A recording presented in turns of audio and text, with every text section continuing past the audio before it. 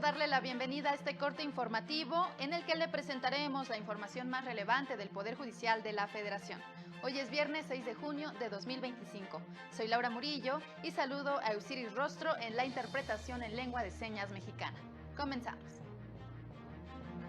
La Corte declaró con efectos generales la invalidez de disposiciones de Jalisco que violaban el derecho a la identidad y de filiación.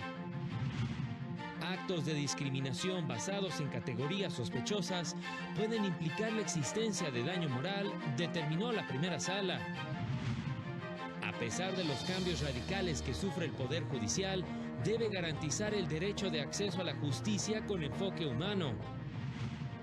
Concluyó el cómputo de la elección de integrantes del Tribunal de Disciplina Judicial.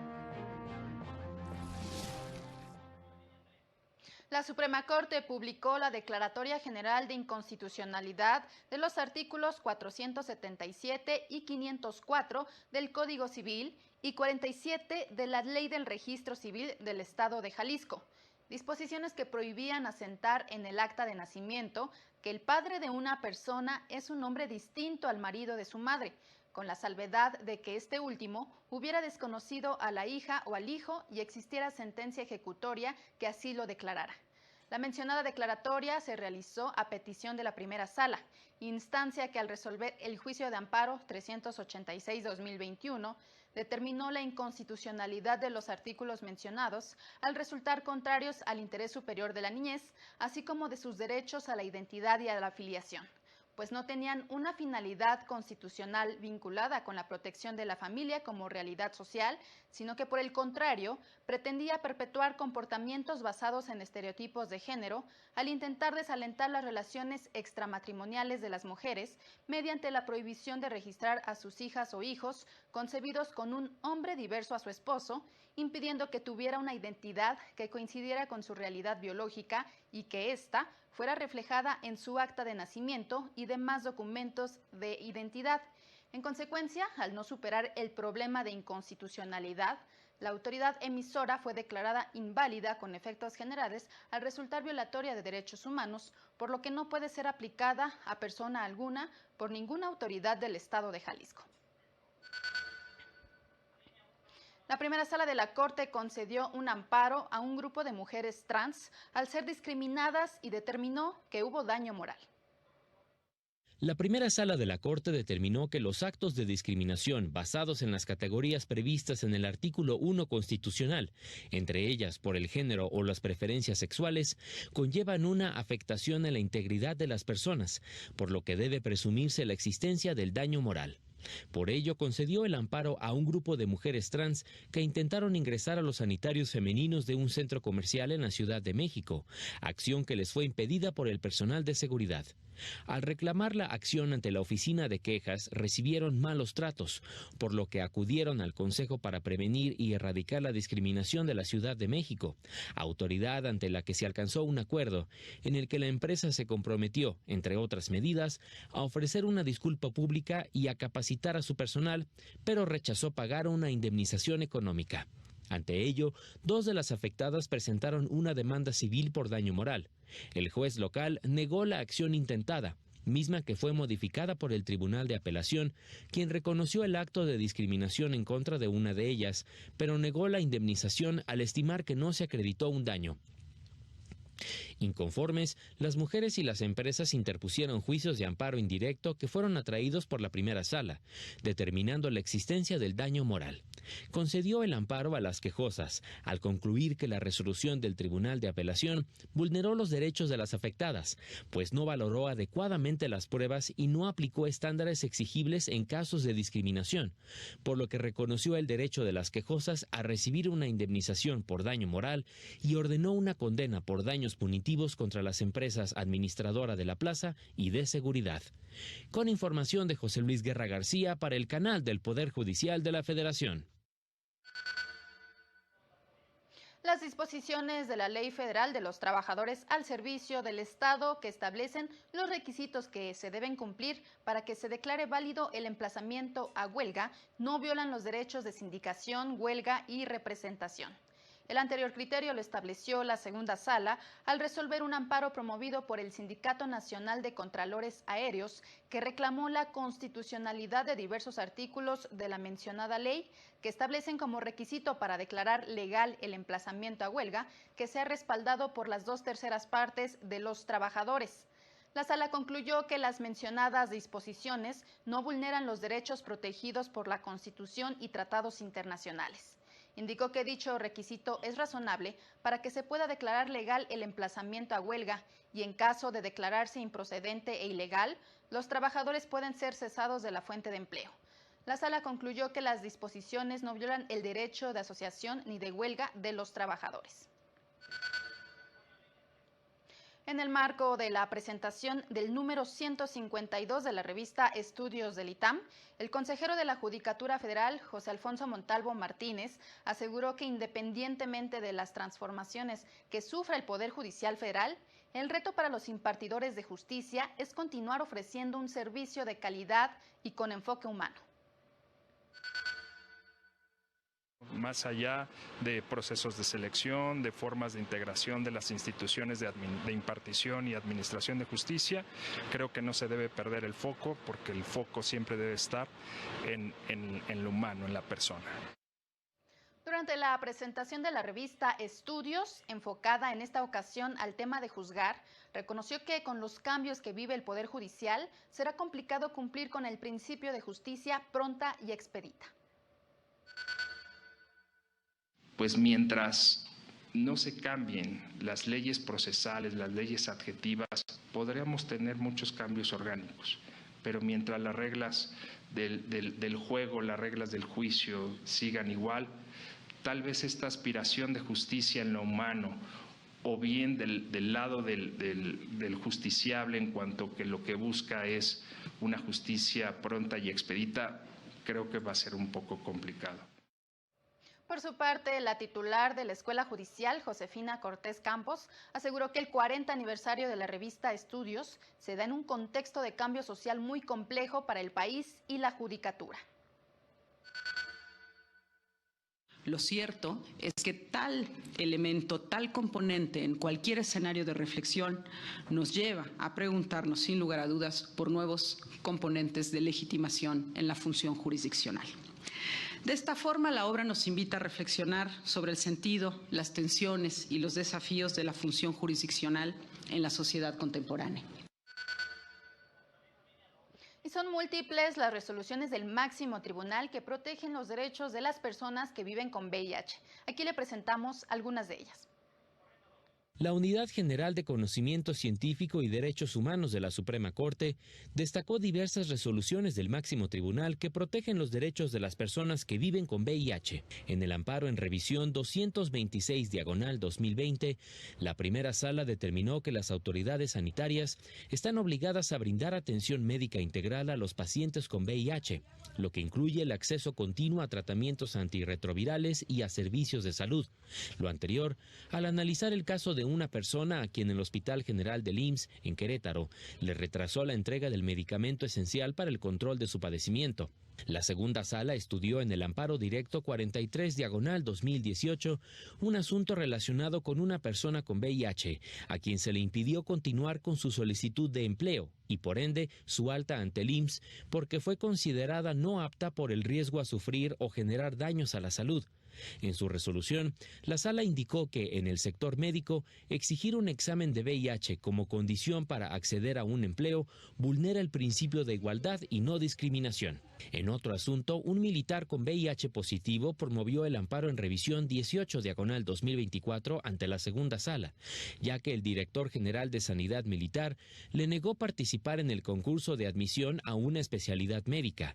El derecho a la educación es de todas las personas, determinó la Corte, por lo que la condición serológica no debe ser un obstáculo para acceder a esta. Finalmente, en el amparo directo en revisión 670/2021, la primera sala Sala resolvió que ninguna enfermedad transmisible puede usarse como justificación para impedir el reconocimiento del matrimonio o concubinato, mismo que debe garantizarse sin restricciones arbitrarias.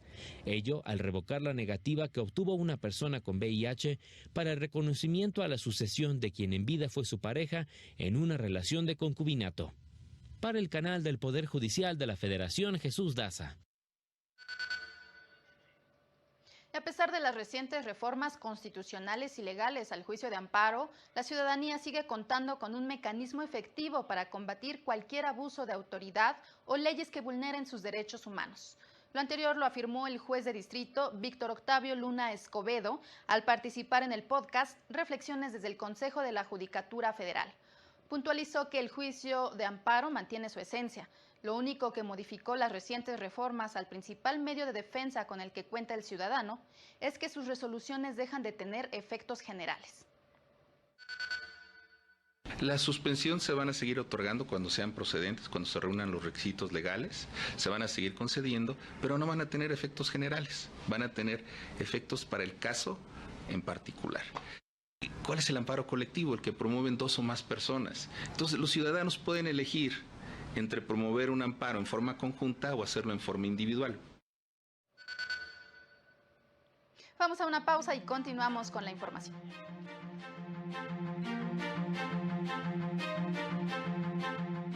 Al regresar, misión de la OEA presenta informe sobre observación de elección judicial federal.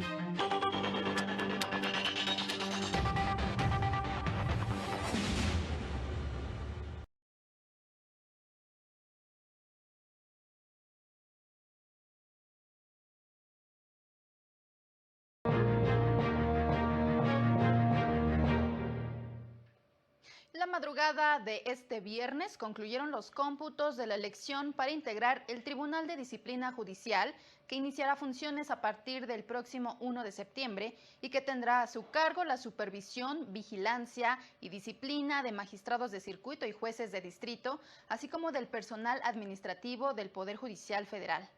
Una vez concluido el cómputo de las 84.266 actas, se determinó que quien obtuvo el mayor número de votos fue Celia Maya, con 5.233.666, seguida de Verónica de Gives, con 5.034.872 votos. Bernardo Batis, con 4.652.720 votos. Indira Isabel García Pérez con 4.346.396 y Rufino León Tobar con 4.032.446 votos. Estas 5 personas serán las que integren el nuevo Tribunal de Disciplina Judicial del Poder Judicial de la Federación. En lo que respecta a las 2 magistraturas de la Sala Superior del Tribunal Electoral, llevan la delantera Claudia Valle Aguilasocho con 4.069.190 votos y Gilberto de Guzmán Batis García con 4.614.181 votos. En este caso, el cómputo de actas lleva un avance del 99.8%. La misión de observación electoral de la Organización de los Estados Americanos llamó a reflexionar sobre el proceso de elección judicial en México y destacó que no recomienda que otros países repliquen este modelo en la región. La misión de observación electoral de la OEA, que visitó nuestro país para analizar la manera en que se llevó a cabo la elección del Poder Judicial, consideró necesaria una reflexión integral respecto a la naturaleza de este proceso y la forma en que se llevó a cabo, dado que más del 87% del electorado no mostró interés en participar. Al presentar su informe preliminar, reconoció que la jornada del pasado domingo transcurrió con tranquilidad, aunque con algunos incidentes, como el reparto de acordeones para inducir el voto por las candidaturas afines al gobierno en turno y la falta de accesibilidad en las casillas. Expresó su preocupación por el resultado de la votación, ya que los nuevos integrantes de la Suprema Corte fueron postulados por el Comité de Evaluación del Poder Ejecutivo, o bien fueron nombrados por el anterior titular del Ejecutivo, lo cual levanta dudas razonables sobre la autonomía e independencia del máximo tribunal con respecto al Ejecutivo. Por estos cuestionamientos, concluyó, no recomienda que este modelo de selección de jueces se replique en otros países de la región. Para el canal del Poder Judicial de la Federación, Jesús Daza. El nuevo Tribunal de Disciplina deberá desempeñar su labor de manera muy precisa para no afectar la independencia judicial. Esto lo aseguró Jorge Antonio Cruz Ramos, magistrado de circuito. La independencia de criterios es básica y es lo que permite evolucionar el derecho. Claro. Si el tribunal comienza a tomar decisiones sobre las decisiones jurisdiccionales, entonces será el tribunal al que le van a hacer caso y no a las decisiones en las que afecta el todo social que tome la Suprema Corte o los tribunales de circuito.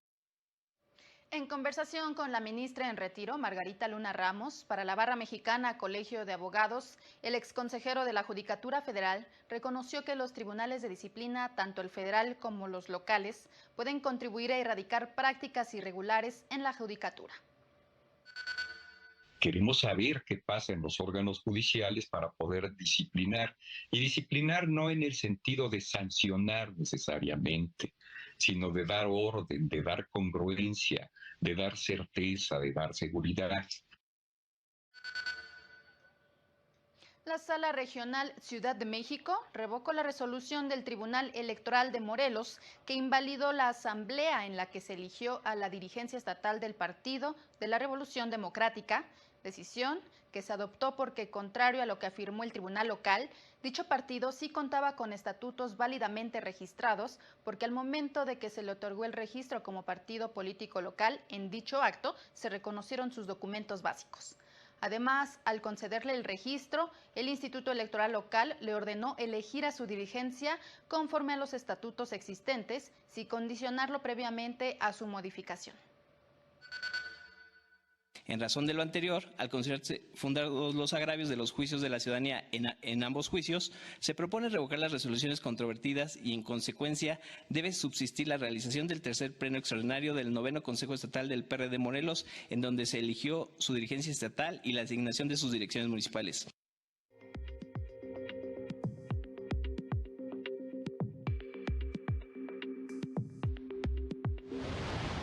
En el Poder Judicial de Chiapas se impartió la conferencia La progresividad de derechos en la Ley General de Mecanismos Alternativos, como una manera de promover la mediación para la solución de conflictos que abone a una justicia más humanista, accesible y cercana a la ciudadanía. En Oaxaca, el Poder Judicial Estatal llevó a cabo el seminario Visibilizando los derechos de las personas con discapacidad en el ámbito social y jurídico, con el fin de reflexionar sobre los retos y obstáculos que enfrenta este sector de la población. La Universidad Judicial de Aguascalientes impartió el curso básico Bases del Procedimiento Oral y Familiar al personal jurisdiccional y la comunidad jurídica en la entidad, en el marco de la implementación del nuevo Código Nacional de Procedimientos en la materia.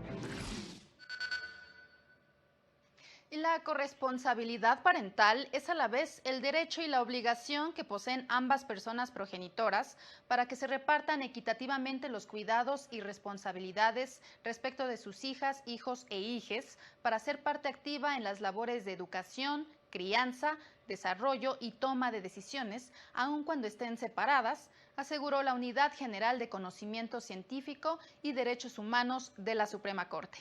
Indicó que esta corresponsabilidad está ligada al principio de igualdad de género y es relevante porque implica reorganizar los roles para que las personas asuman juntas la responsabilidad. Así, se garantiza el derecho de niñas, niños y adolescentes a relacionarse con sus personas progenitoras y ser cuidados. El cuarto tribunal colegiado en materia civil del segundo circuito determinó que la modificación o cancelación de la pensión alimenticia puede reclamarse indistintamente en un juicio autónomo o en un incidente, pues de acuerdo con el artículo 1.213 del Código de Procedimientos Civiles del Estado de México, no se advierte que la modificación o cancelación de la pensión alimenticia deba resolverse necesariamente mediante un juicio autónomo y no por la vía incidental.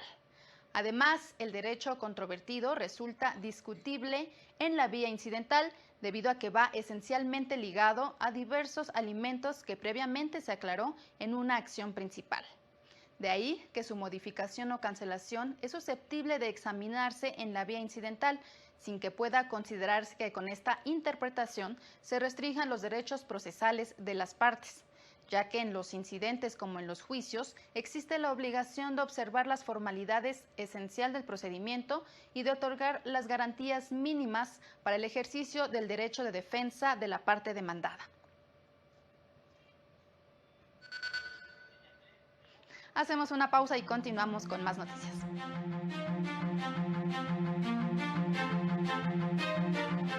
Más adelante, colectivos advierten abandono del mecanismo de alerta de género contra las mujeres.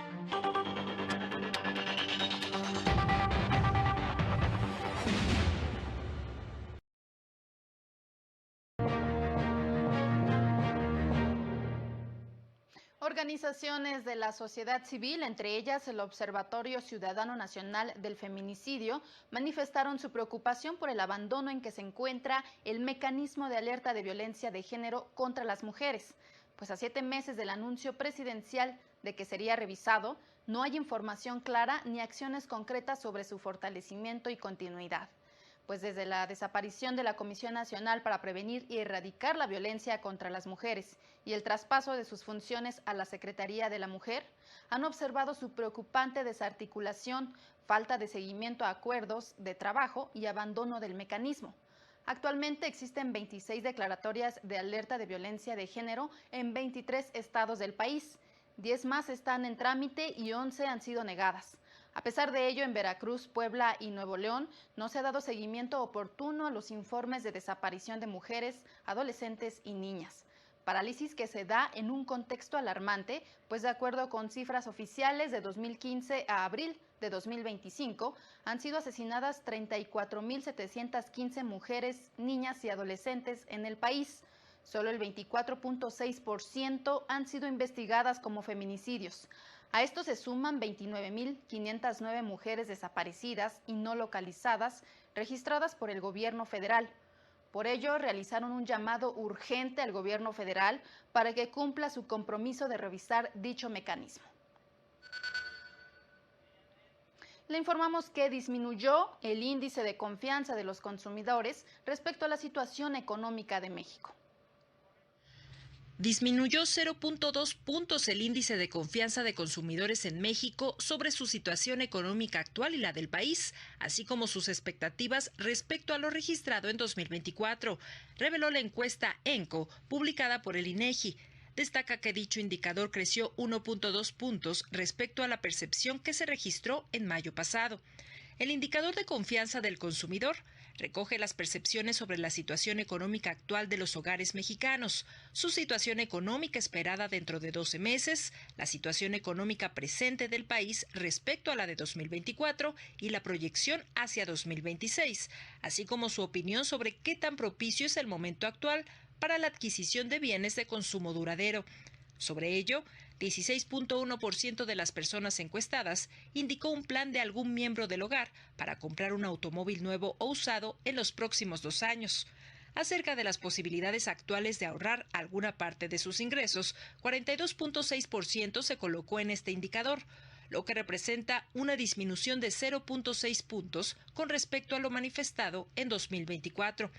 Respecto a la posibilidad económica para salir de vacaciones durante los próximos 12 meses, 41.8% se ubicó en este rubro, lo que representó una disminución de 1 punto respecto al año previo.